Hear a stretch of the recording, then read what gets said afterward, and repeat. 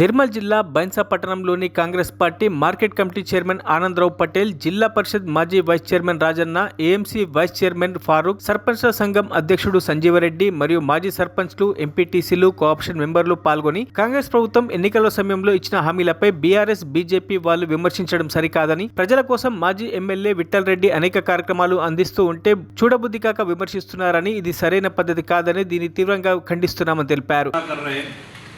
कि हुकूमत फेल हो गई, जश्न किस चीज़ का मना रहे,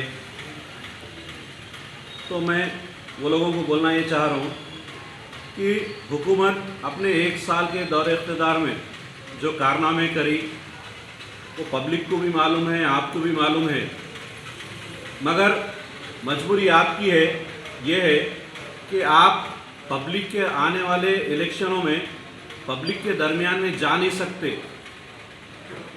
पब्लिक आपको महसूस कर ली कि 1 साल में आप क्या करें बोल के, इसलिए आप एक झूठा प्रोपेगेंडा कर रहे हैं कि हुकूमत काम कुछ भी नहीं करी बोल के। मैं आपको बताऊं, हुकूमत आने के बाद से जो स्कीम्स तेलंगाना में रेवंत रेड्डी साहब चीफ मिनिस्टर बनने के बाद से जो स्कीम्स आ गए उसमें चेयरमैन साहब और साबिका डिप्टी चेयरमैन साहब, नायब चेयरमैन साहब और सारे हमारे दोस्तों भाइयों से और अपोजिशन भाइयों से भी गुजारिश है कि हम अपनी हद से पार नहीं होना। हद पार होने के बाद में जो सोना बातों में मज़ा नहीं रहता। हर इंसान, हर पार्टी से जो कुछ जो सुना खामियां रहते हैं उसमें आप हमारे को बोल रहे हैं कि हम कुछ नहीं करें, हम क्या नहीं करें। आज क्या 15 साल बीजेपी गवर्नमेंट सेंट्रल में 10 साल के रह के क्या करे, ना 15 लाख खाते में आए किसी के, ना सिर्फ करना बोल तो क्या करना है बोल तो फसाद मचाना, बस इतना ही है, दूसरा काम नहीं है। और दूसरों के ऊपर क्रिटिसाइज़ करना।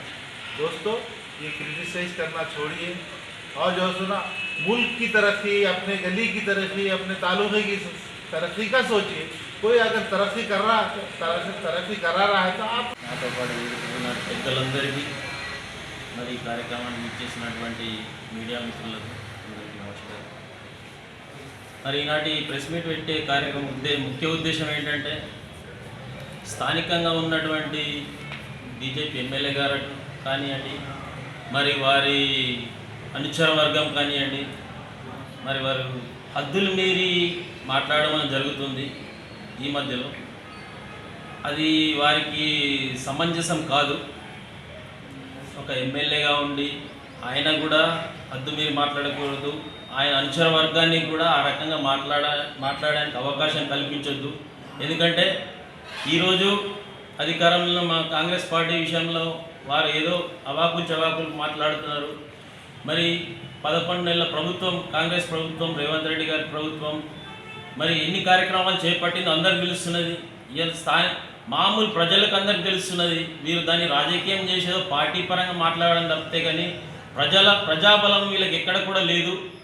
2018-19లోనే మనకు రైతు బంధు, రైతు భరోసా అని చెప్పేసి ఆ రోజు స్టార్ట్ చేయడం జరిగింది.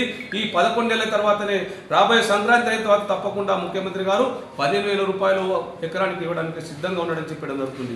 మరి అది కాకుండా ఈరోజు మీకు తెలుసు, బహుశా యువకుల కోసం అయితే మా గతంలో కేసీఆర్ ముఖ్యమంత్రి గారు ఉన్న మాజీ ముఖ్యమంత్రి గారు మరి యువకుల కోసం అయితే రైతుల కోసం కానీ, యువకుల కోసం కానీ, మరి విద్యార్థులకు నిరుద్యోగుల వాళ్ళకు కానీ ఎన్నో పనులు చేస్తా అని చెప్పి హామీలకు పూర్తిగా ఉంచడం జరిగింది. దానిలో భాగంగా ఈరోజు తీసుకుంటే నిరుద్యోగ మరిన్ని అప్డేట్స్ కోసం మా ఛానల్ని సబ్స్క్రైబ్ చేయండి.